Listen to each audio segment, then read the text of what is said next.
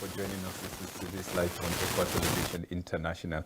We're glad you could join us this morning. Yes, we know we've been talking about the choice, and definitely people will be wondering what's happening with today's life.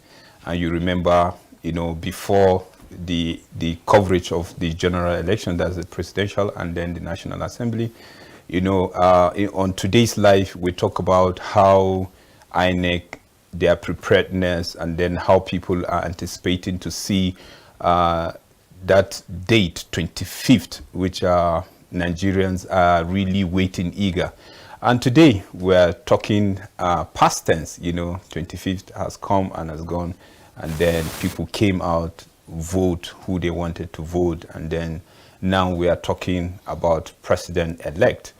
Some people are jubilating, some people are happy because for the first time they were able to cast their vote, because they turned 18 and they were able to register and then take their PVC, and they came and they exercised their civic responsibility. And based on the encouragement that we've been giving you on this platform, Today's Life, so many people came out and then they did what they're supposed to do, required by. Talked about election, we talk about how people will come out and then vote, exercise their right. And today we're going to look at,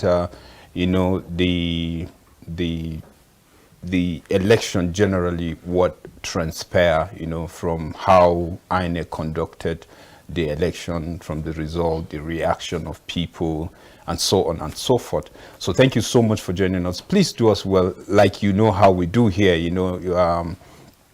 It is where everyone is given an opportunity to say his mind, contribute on the show. So we are live on Facebook and YouTube. Do well to connect with us and say your mind, and we assure you on this stage we'll take it like the way we normally do. And don't forget, I'm not alone. I have my sister, my colleague, Burga. Good morning. Good morning. How are you doing? I'm fine. Yeah. I'm doing good. I'm doing great. Yeah. Yeah. The elections have come and gone, and there are mixed reactions to it, and that's what we are here to discuss today. Everything concerning the elections and the mixed reactions of our president-elect. Yes, the INEC has already announced that he is the president-elect. That's talking about Asiwaju Tinubu. He is our president-elect. He has already collected his certificate of return, and basically, yeah, we will talk about that, the collection of the certificate of return, his speech after collecting, and then Mr. President responding to him going to Mr. President. We will talk more about that. And in the studio today, we have a guest, which is a media guru, here in the studio. And then today we will discuss with him. He's no other person than Mr. Danjuma Dixon Auta, and deputy editor with Today's Challenge, and then a former chairman of Impact Chapel, NUJ. And then just of a recent, they gave him an award as an ambassador. So permit me to say today we have an ambassador, in the house, ambassador on African Climate Change Awareness Goodwill Ambassador. Your Excellency, good morning. Solomon, thank you, viewers at home. I'm glad to be here. Just like you've said, Equa TV is home to me. And anytime I'm here, been here for the first time, I'm so happy, I'm so excited. We're so happy to having you, because definitely normally we normally meet in the field, you doing your own assignment and us doing our own. 2023 general election, which you participated, as a citizen and then as an observer of the election. We just want to look at the election generally. What is your take? Yeah, this election that has come and gone is one election that Nigerians have expected with great expectations. And all eyes were fixed on the electoral umpire, and that is INEC. Because the kind of promises INEC gave to Nigerians were so happy, so excited, because they were expecting something different from the usual. Permit me to say the usual. Because in this country, Nigerians have seen a lot of elections that have actually rated us by people as very, very poor and unsatisfactory.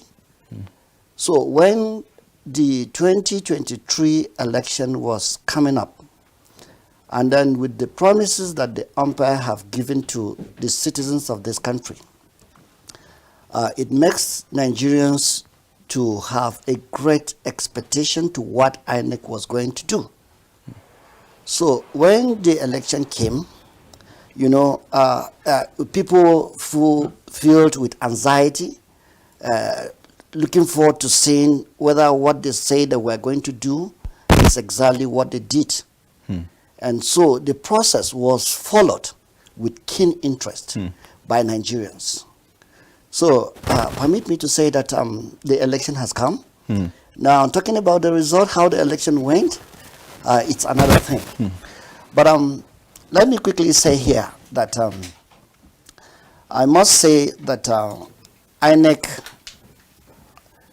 based on the expectations of the Nigerians, didn't do as expected. Because INEC promises Nigeria a lot of things that was going to happen during this election, particularly the voting process and the transmission of the votes cast in the various polling units. So there were a lot of issues after the election. So you agree with me that based on the promises, INEC could only be rated as, to me, not too good. Not too good. From the scale of 1 to 10. Yes. What number? I can only give INEC, from the scale of 1 to 10 you cite, I can only give INEC 5 or 4. 4.5. Wow. 4.5. 4.5. Oh, wow. That's an interesting. You see, why I'm saying this, because in electoral processes, there are key factors that are considered. One, the turning up of the electorate, the credibility of the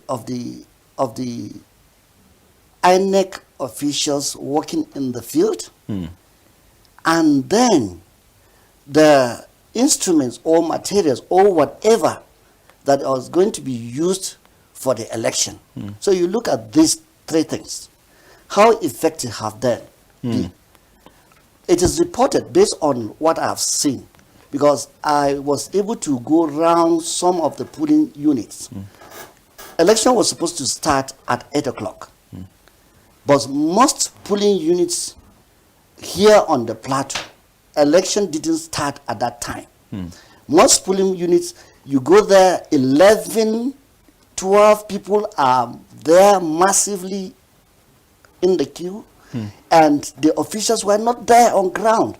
Do you know that in some of the polling units, the people, because of the anxiety, the willingness, they have to mobilize themselves so that they can get vehicles that will go to INEC office so that they can convey INEC officials to their various polling units. That is another failure. And when they got to the polling units, another thing that baffled me much was that some of the polling units, you discover that the officers were there, wrong register was taken to them. The officers were there, no ink. The people have to start running around wondering whether those things were tested before I've been giving them out. So these are some of the things that actually affected this registration. This election.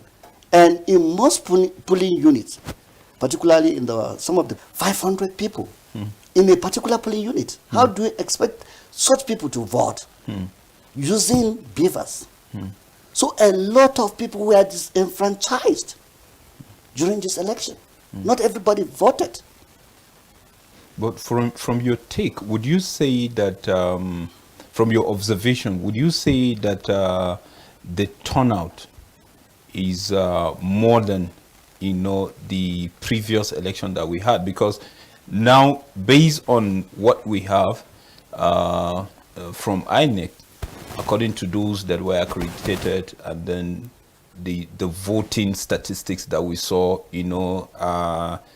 bringing the three gladiators together, Bola Tinubu, president-elect, and then former Vice President Atiku Abubakar, and then Peter Obi.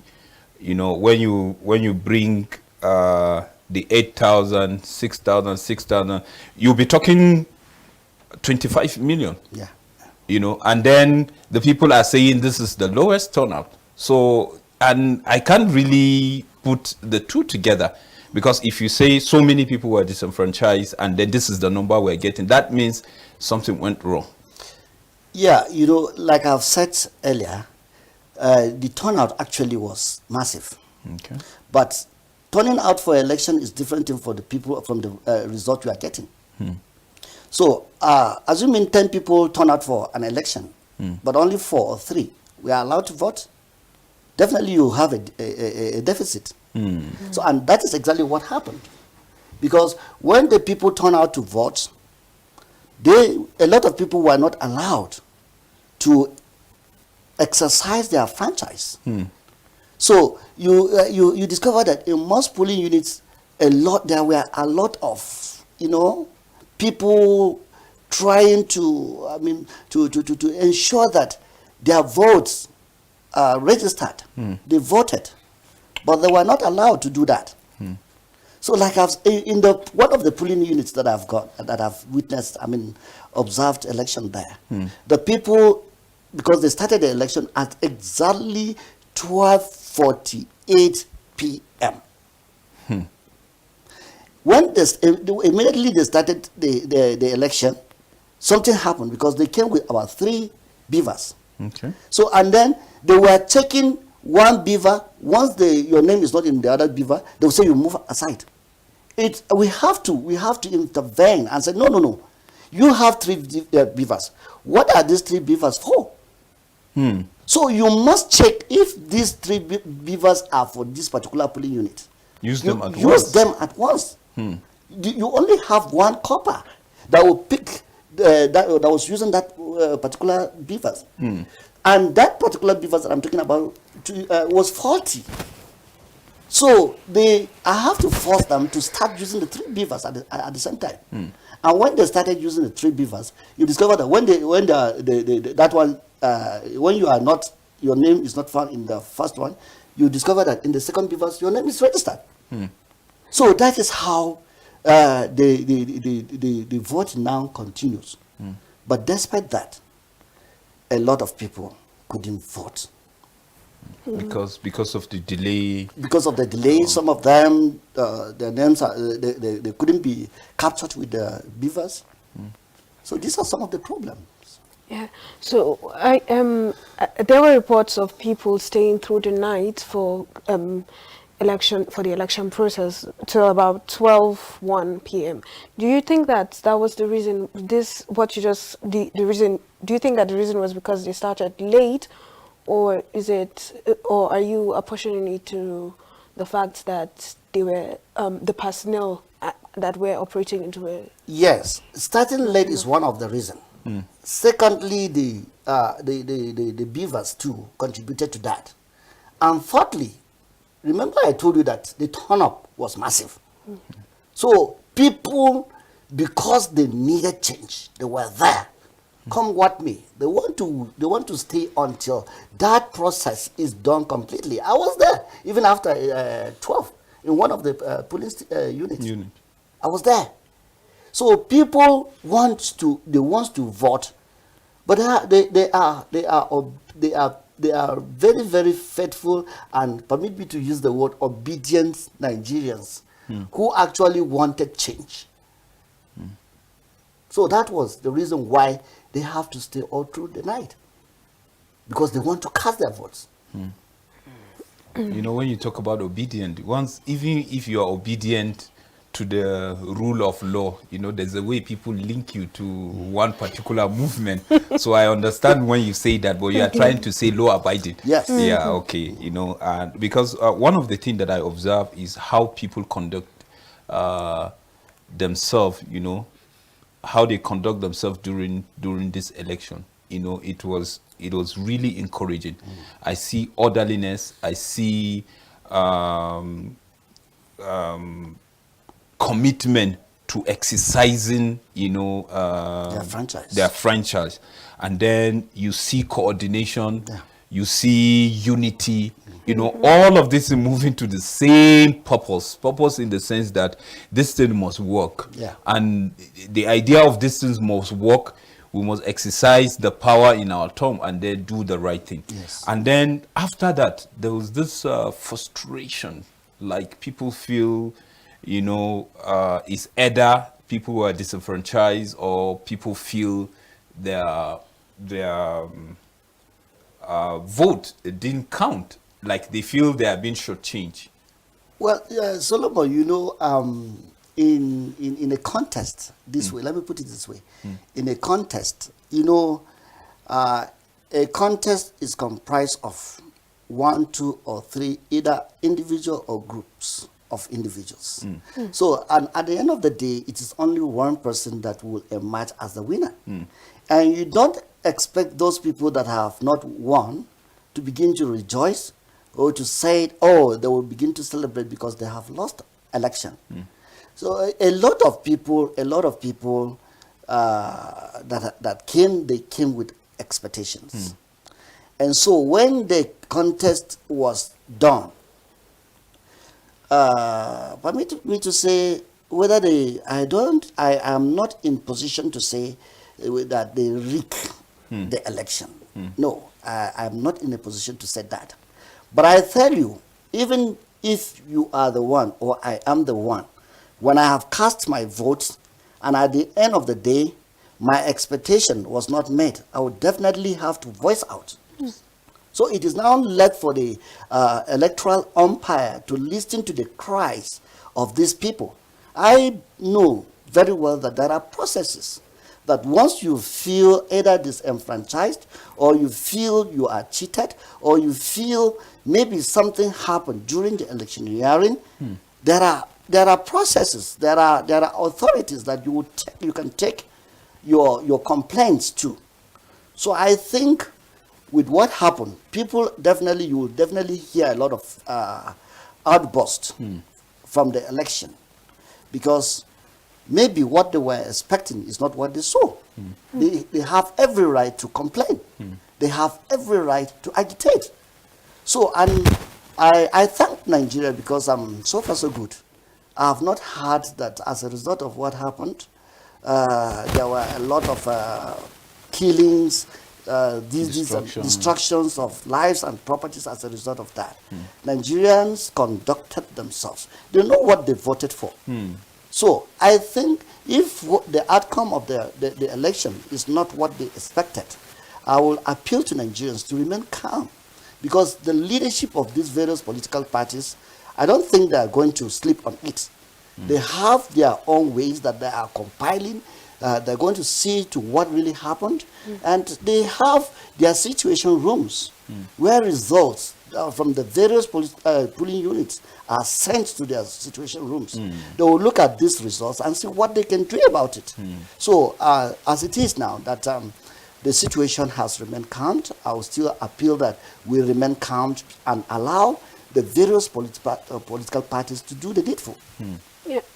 Yeah, so I just wanted to ask this question, but before I do that, a lot of people were complaining that since the INEC had already promised that you could upload your the results from your polling unit up on your platforms, and it wasn't possible. So a lot of people are agitating that figures were probably changed because they could not be able to do that from the polling units.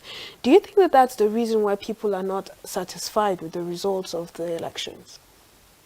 Well, that is why initially, at the start of this program, I said INEC actually failed. And the promises that they made to Nigerians.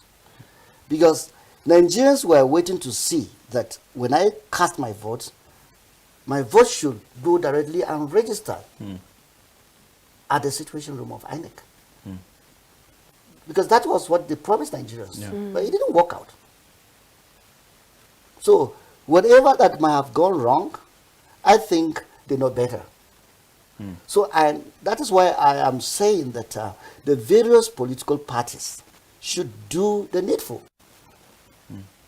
Political party doing the needful. I saw the vice presidential candidate of Labour Party, addressing the media, telling them that the supporters should remain calm, and very soon the presidential candidate of Labour Party will address them, and then the party is doing everything possible, to reclaim their mandate,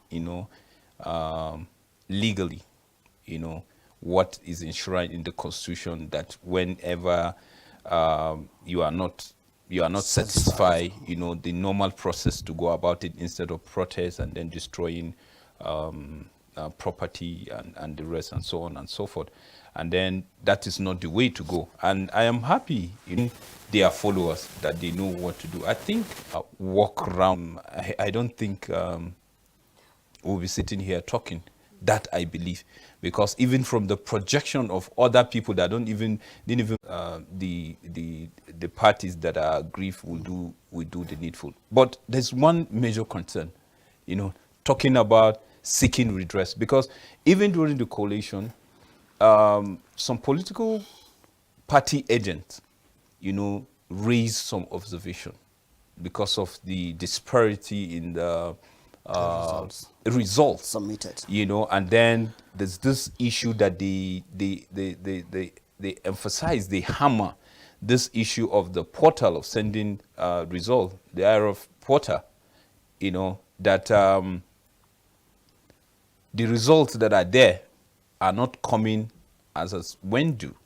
And then even the ones that are there, they are not even tallying with the ones in that is being presented in the hard copy.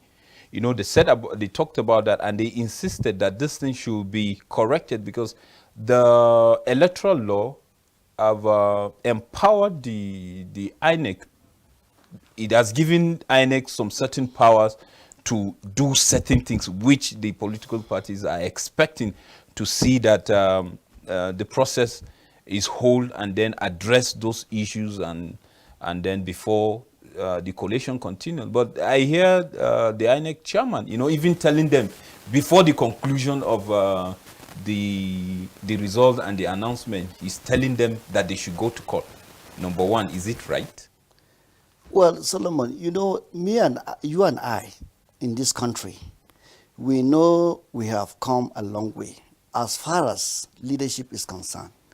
And when we talk about electioneering in this country, like I've said earlier, mind you, remember that I have served as a spokesperson of a political party on the plateau here, as the spokesman of the Action Democratic Party, ADP, here on the plateau. So I have learned some nitty-gritty of politics during that time, and I have seen a lot of things. A lot of things happen during electioneering. Please, can you share with us? So that we have the gubernatorial election that is coming. Yes. What is that the electorate supposed to know? Because all of this information, it will help us, because the more you are equipped with information, it guards you. It makes you bold, and you face whatever is before you with confidence. Honestly speaking, the first point of call is INEC themselves, because they are the umpire of that system. It's not, and once you are not independent, as the words as the name implies. Something is wrong somewhere. So, if only INEC should be independent of any other, either political party or government, then that is where INEC can deliver. But once INEC listens to some voices behind, the needful can never be achieved, no matter what. Why are people crying? People are crying because they expected certain things about the system to work, but it didn't work. So in the first place, that is one reason that you have given the people to cry foul. If the systems, everything you have promised the people that is going to work had worked, I don't think people would have been crying the way they're crying today. So that is the beginning of INEC's failure. So INEC actually needs to work hard because they have to make the people believe and have confidence in them. I've listened to the Professor Jega's address when they were in the situation room, collection center, and some of the political parties raised certain observations. He said Mahmoud Yakub, sorry, that said that they were going to review. I pray and hope so, that INEC will review the complaints of the various political parties that have forwarded, and whatever need to be done should be done, especially now that we're expecting the gubernatorial and houses of assembly election come March 11th. So you see, but if INEC is not going to go by its words, a lot of people already they have lost confidence in the electoral in the system. In the system. So it is apt for INEC to redress her steps and then ensure that they brought in probity and convince the people that yes, see, we can do better. Don't forget, there are, when I was rating INEC, I didn't give them 0%. I gave them 4.5% out of 10 that you said. Why? Because there are certain places that actually they have tried. And we can't shy away from the truth. Which are? Well, you see, like in this election, in election in Nigeria, who in the widest imagination could think that governors who are controlling states will lose senatorial elections? Who could have think that? But it happened. How they did it, I don't know. So I think this is the kind of confidence that the electoral umpire should continue to give to Nigerians, so that Nigerians will have confidence in what they are doing. But people are giving kudos to the National Assembly because they say it's based on the Electoral Act.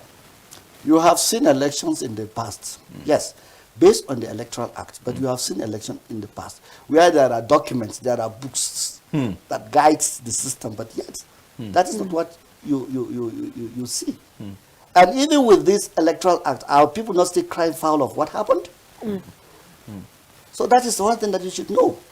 That, look, if the electoral umpire wants to be honest and sincere, they can make the system work. It still bows back to them. They can still make the system work. Okay, so you mentioned that a lot of people have lost confidence in the INEC, and you're emphasizing that the INEC needs to build up that confidence once again. So, but what I want to ask now is, do you think that this loss of confidence is going to affect the coming elections? Definitely, my sister, it will affect it. Because watch out, I'm not a prophet, but I might sound prophetic this time around. That in the forthcoming election of March 11th, you will see a very wide decline in the turnout. Very wide decline in the turnout. Because people are feeling right away that we have gone to the poll, we have elected whom we feel that Nigerians had voted for, and the result that came out was not what we expected. So a lot of people are complaining. A lot of people are crying. I am not saying that the person that have won, that was declared didn't win his election. But once people are complaining about something, it is your responsibility as the umpire of that system to put it right, to look at it and put it right, especially now that we still have some elections ahead. All right. You know, when you talk about INEC, you know, there are so many things to consider. You know, you talk about the ad hoc staff. You know, INEC normally recruit people, you know, to work for them. And we saw how everything went. And that is why some people are saying it is high time INEC should be fully independent. Know the kind of people you recruit. Know the kind of people you engage them for services. Because if you talk about INEC, definitely you talk about their staff. And if you talk about their staff, you are not talking their staff in totality, because some are just on contract basis. They are just being contracted to do one or two things and then to go. Because we saw instances whereby even the ad hoc staff, you know, could not even operate the beavers, and then some of them don't even know how to go with the process of the election in the first place. You know, even with the electoral election guideline given to them, you know, what is expected for them to do in every polling unit. And then some of them are just there to cash out and then go. They don't care what happened with the system. Do you think that we had complaints about training? So many people were trained, and at the end of the day, their name was not shortlisted. Let me cut it short. We are right here in Equa Television Studio. Assuming you have ad hoc staff that are working for you, and you send them to the field to go and work, and they go and mess up the work. Will the people out there be shouting the names of this ad hoc staff that you send there, or Equa TV staff? The people that send them, of course. Not the people. They won't be calling the names of those people that. That's why I say the organization that sent the people. People will be talking about Equa TV.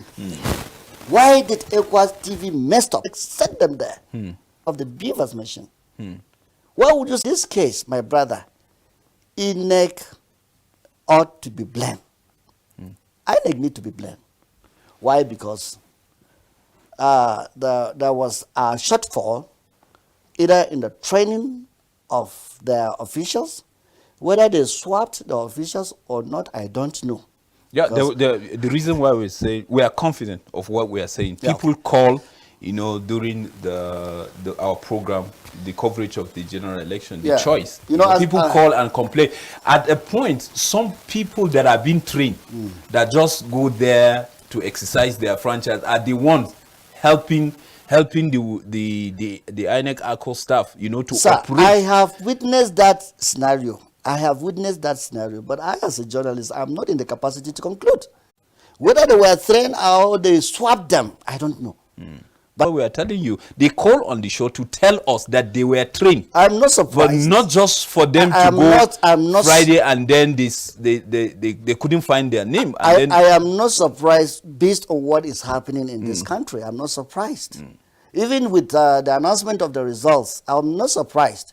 Because I look, prior to this moment, we had a discussion with some of my friends, looking at the scenario and how things were going. I told them, I said, this is the person that would more this, more that. So this person would not be announced. More this, more that. So this person would not be announced. I said, oh, you watch and see. You say you are not a prophet. I'm not a prophet. But I thank God because some of the predictions that I've made mostly often come to pass. Okay, what are those things that you saw that we couldn't see? Well, some of the things, since it has now, I saw the way the campaign was going on. And during the testing of the beavers in those states, you see, what I expected for INEC to do during the testing of the beavers machine was not done. Which is? You don't just bring you don't just bring those equipment, phase 1, 2, 3, and say you send to go for people to go and test it. After testing, did INEC came out to tell Nigerians whether they were able to discover some abnormalities in the functions of the machines? No, they came out, they say it was perfect. Everything Good. was working fine. So And they are ready for if you 25th. tell me, how do you want me to have confidence in you? So these are some of the things that has made me to begin to doubt the credibility of the conduct of these elections. Okay, now talking about the process of the election, how it went. Now we have President-elect Senator Ahmed Bola Tinubu. You know, just yesterday he collected his certificate of return. And he made a speech. In his speech, he talked about Speech. And I applauded him for that speech. How I wish what is written on paper that Senator Bola Ahmed Tinubu have promised Nigerians will be exactly what he will implement when he's sworn in as president of the Federal Republic of Nigeria. Election has an elected president of the Federal Republic of Nigeria. So, and I have seen so many good things in what he's trying to say in his speech. I think as it is, remember I've already said this, that those who are not satisfied with the election can go ahead. I'm in support of that 100%. challenge. To challenge. And again, the fear that many Nigerians are entertaining today is because of some of the utterances, comments he made during the electioneering period. And that is why Nigerians are not too happy about it. One, remember that in this present administration that we are today, Nigerians are not happy. There is suffering everywhere. There is hunger Insecurity, everywhere. Fuel is scarce everywhere. And when you look at everything as if everything has gone into comatose.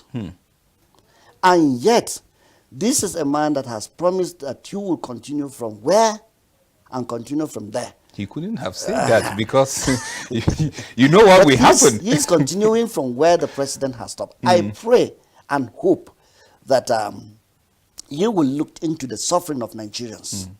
He will look into the fuel scarcity.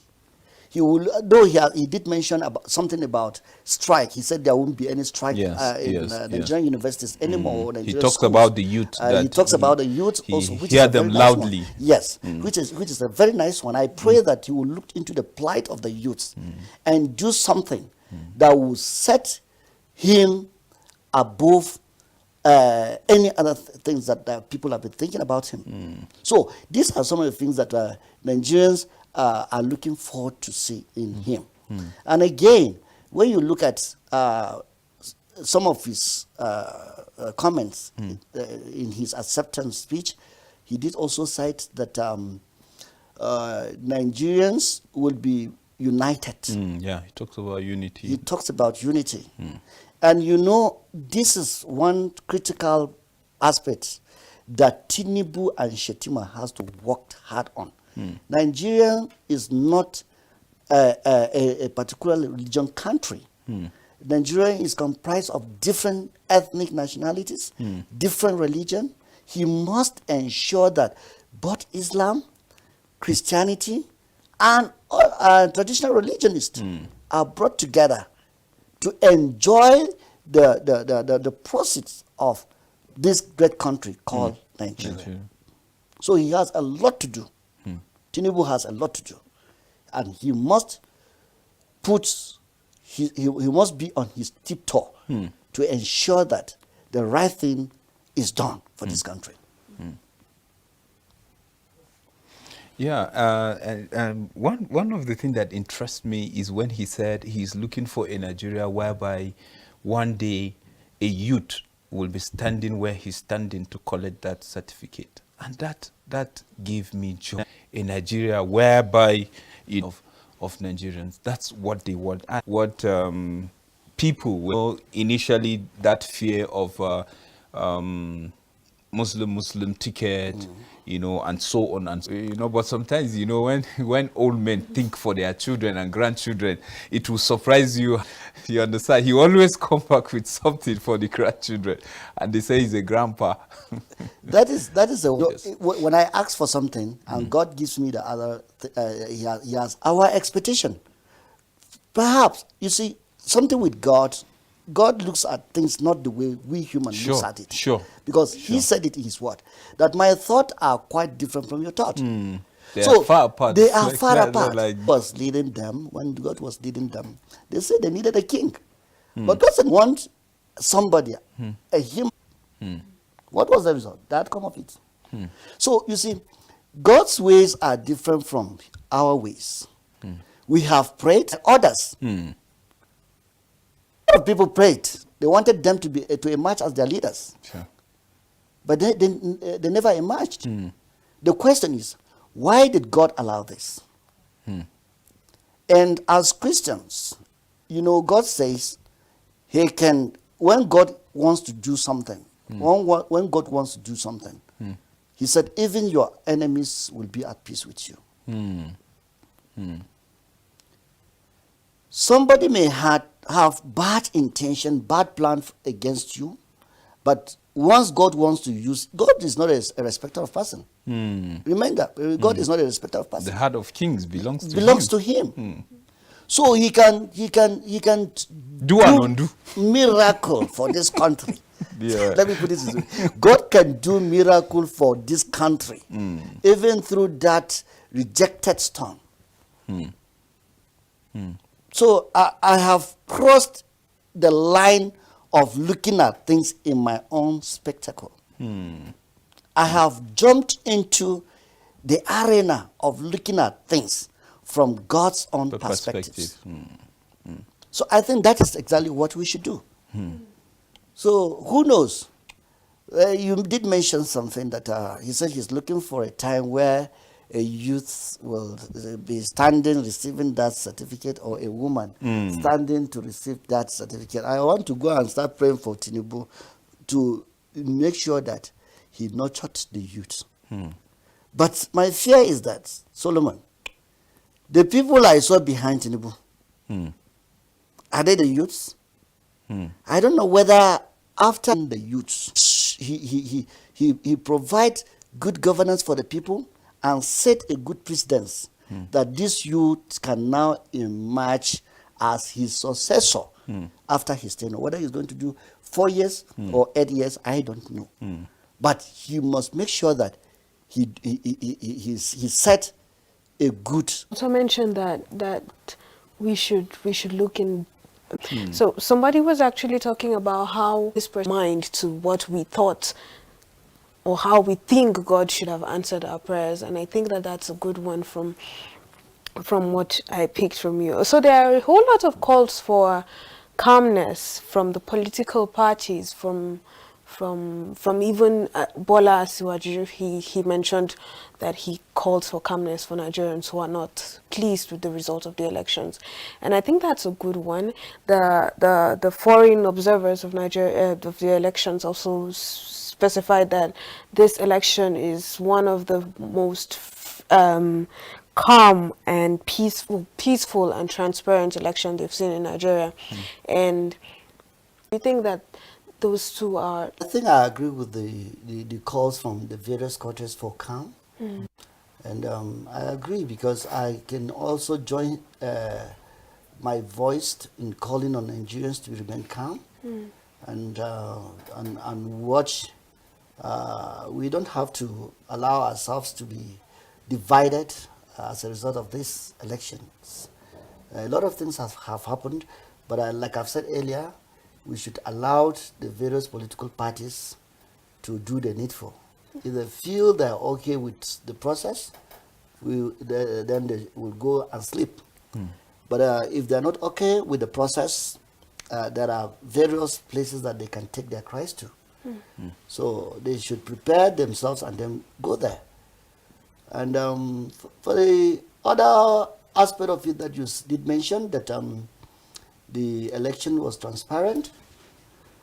Well, there's a saying that if you see a good woman, you say this woman is fine. And somebody will turn to you and say, look, this woman that... I think we'll put a pause all Nigerians, and then the question is there for you to to answer. You know, if it's yes, you know the reason why. If it's no, you know the reason why. And then I want to sincerely appreciate you for doing this with me, particularly Prudence. You know, thank you so much for always being on the show and then contribute to your own quota. And for the ambassador of Africa Climate Change Awareness, God's Will, Mr. Danjuma Dixon, the deputy editor of today's challenge. We sincerely appreciate you for finding time to come and then do this show with us. We sincerely appreciate your coming. Thank you very much. Thank you very much, and we wish you the best in your own endeavor. Thank you very much. And for the viewer out there, we want to say thank you for keeping a date with us. Continue to watch Equa Television. The program, other programs still continue. Remain blessed and be kind to one another. Bye-bye. See you tomorrow.